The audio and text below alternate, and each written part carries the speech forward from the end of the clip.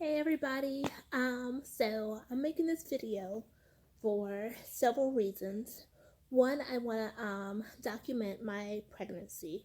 Um, and I say a lot, so please ignore that. Um, so I want to document my pregnancy. I'm expecting twin girls. Uh, People that know me know that this pregnancy so far here at 17, no, 18 weeks today, yay, has been kind of crazy.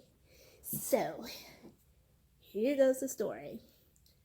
So, we found out we were pregnant, expecting about, at the normal time, around 4 to 5 weeks. It's my period and all of that. So, took a test. Yay, we're pregnant, which was wonderful after trying for a year after having a miscarriage prior to that. And prior to the miscarriage, we had tried for about 6 months. Also have a 5-year-old. Everyone that knows me knows we have this crazy, amazing little boy. Anyhow, so found out we were pregnant.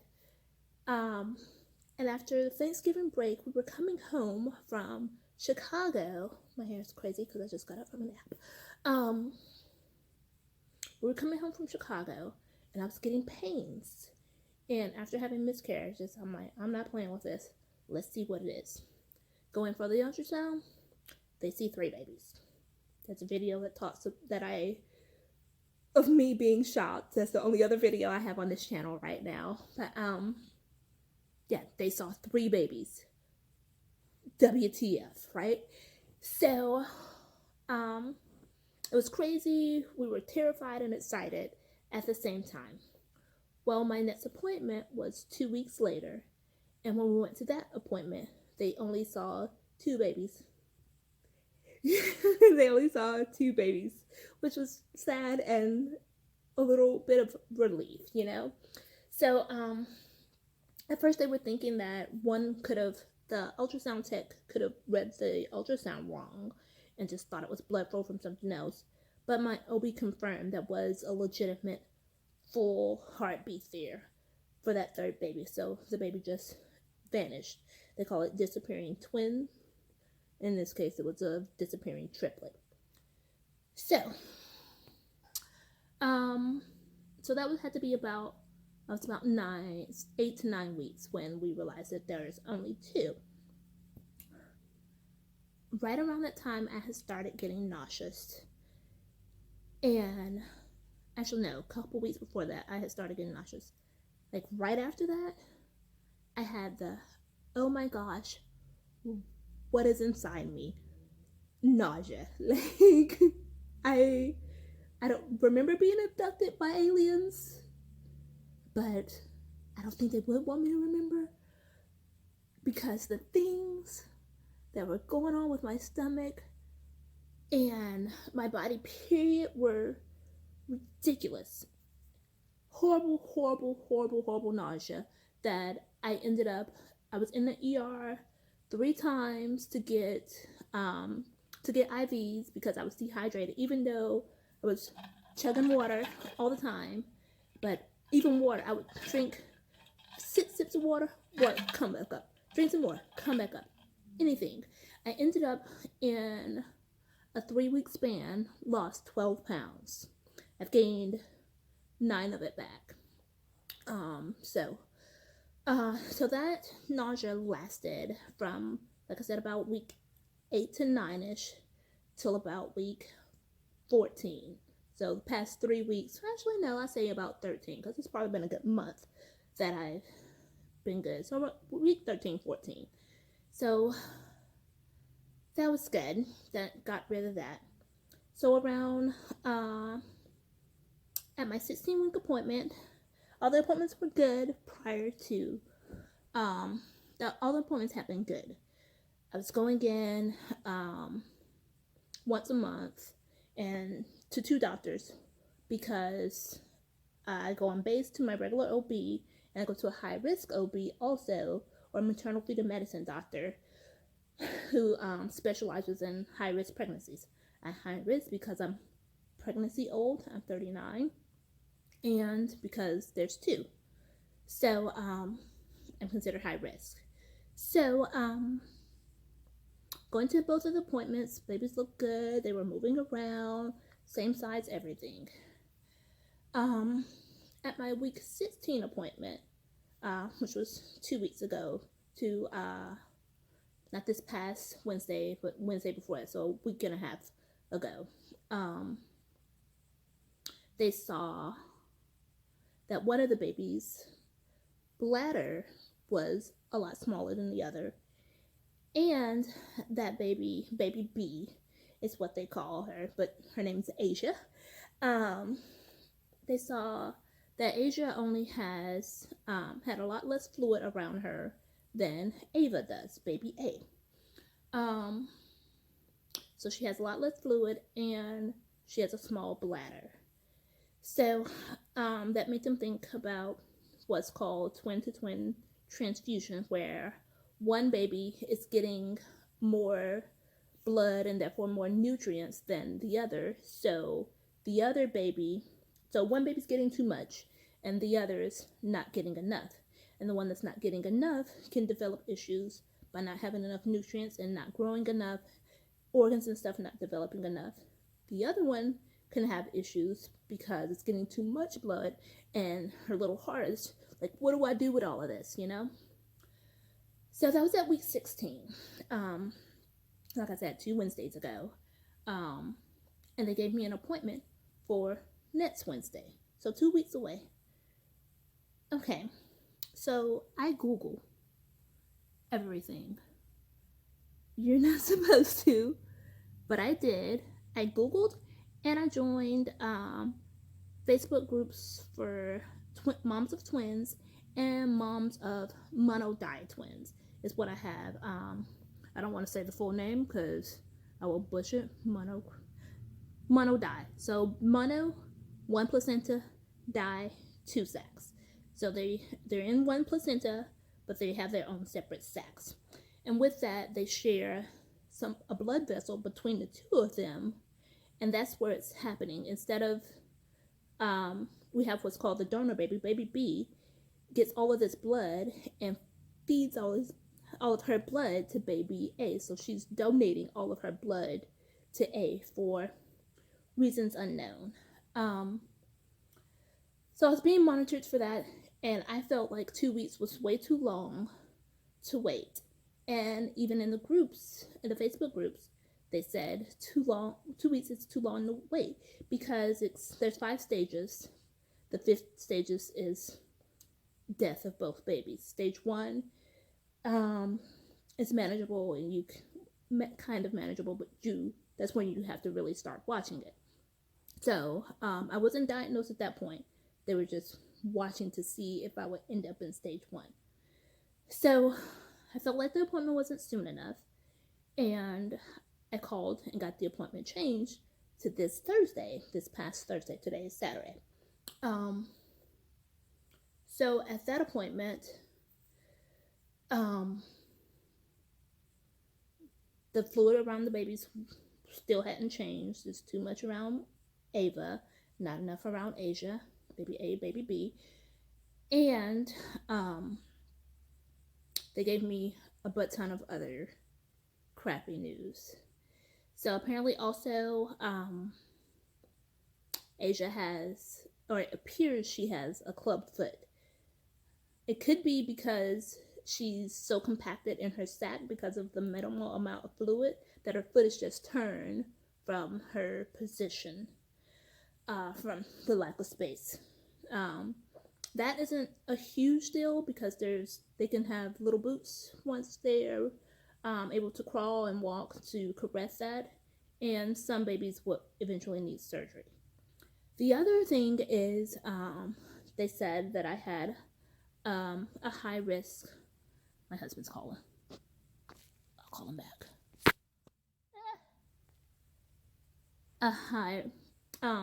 So my blood work said I had a high chance of, the babies had a high chance of Down syndrome.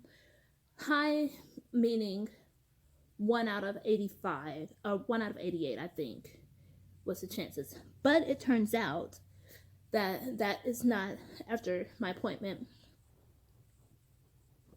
today, that may not be such of a big worry. Oh wait, let me backtrack.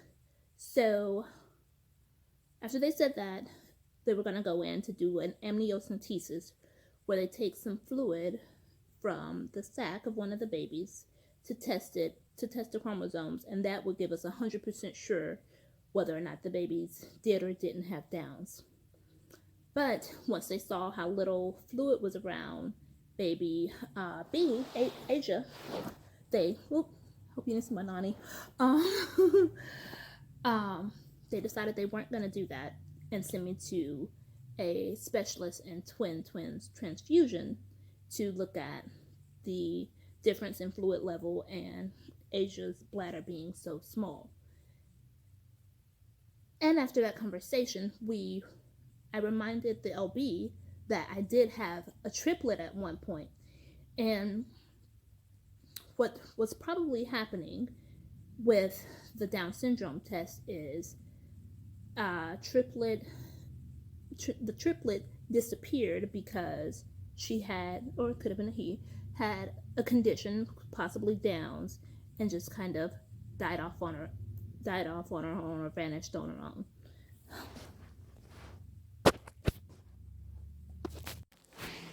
Okay, so I was on a video that got cut off because my husband kept calling, and so hopefully when I try to merge these together, it works out. So anyhow, we believe the issue was from the triplet that disappeared, that may have had a chromosomal abnormality, and that would still be floating around in my placenta and therefore in my bloodstream, and that's where that deficiency or abnormality came up on the test. So anyway, so today, on a Saturday, this amazing doctor said, let's get this lady in and look at her babies, and I'm so thankful for that. So I live in Mississippi.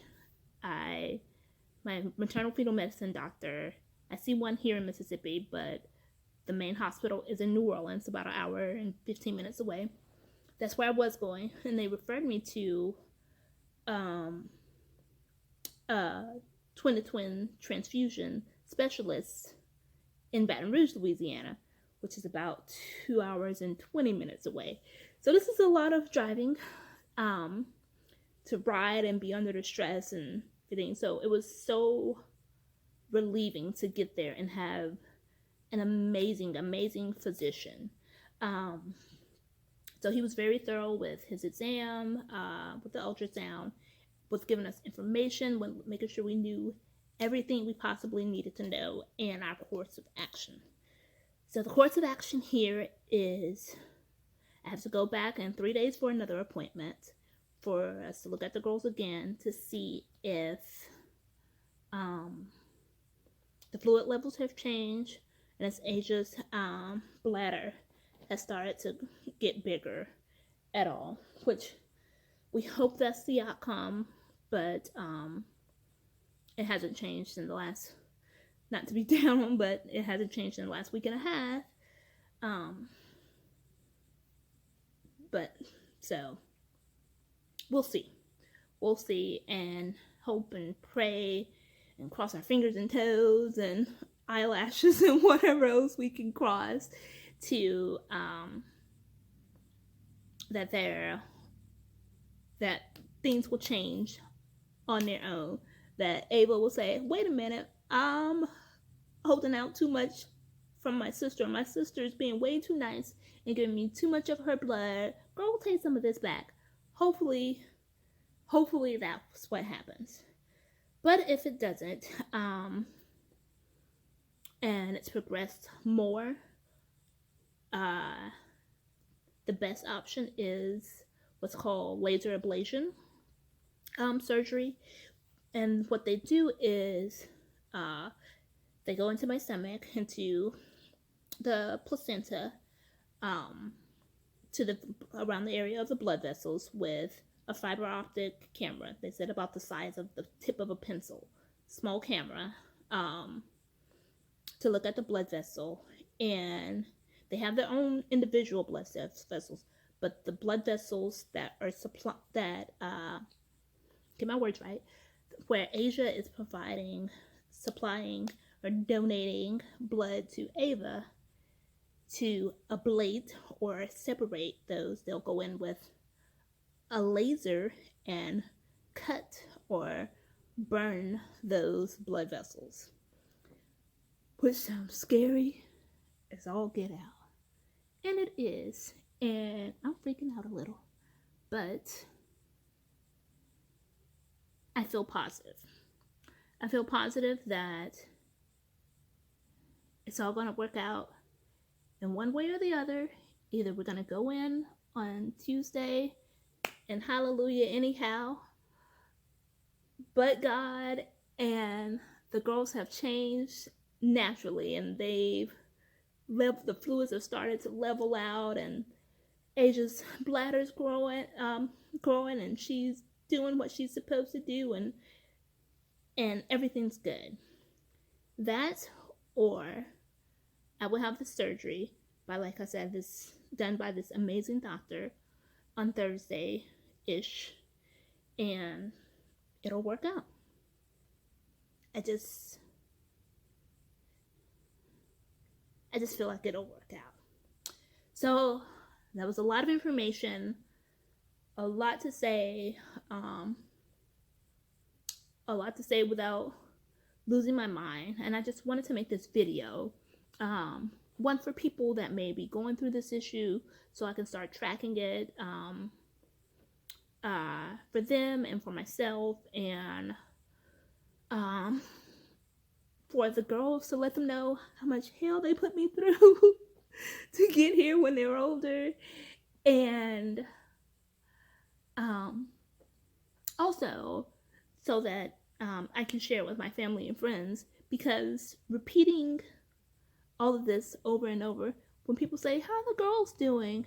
And I have to say, oh, well, twin-to-twin transfusion and laser ablation and surgery and separating blood vessels, and they may have had Down syndrome, or it could have been that they had Down syndrome, and all of this stuff over and over is extremely trying. I actually had to inform a lot of people that I work with that I needed to cover for me,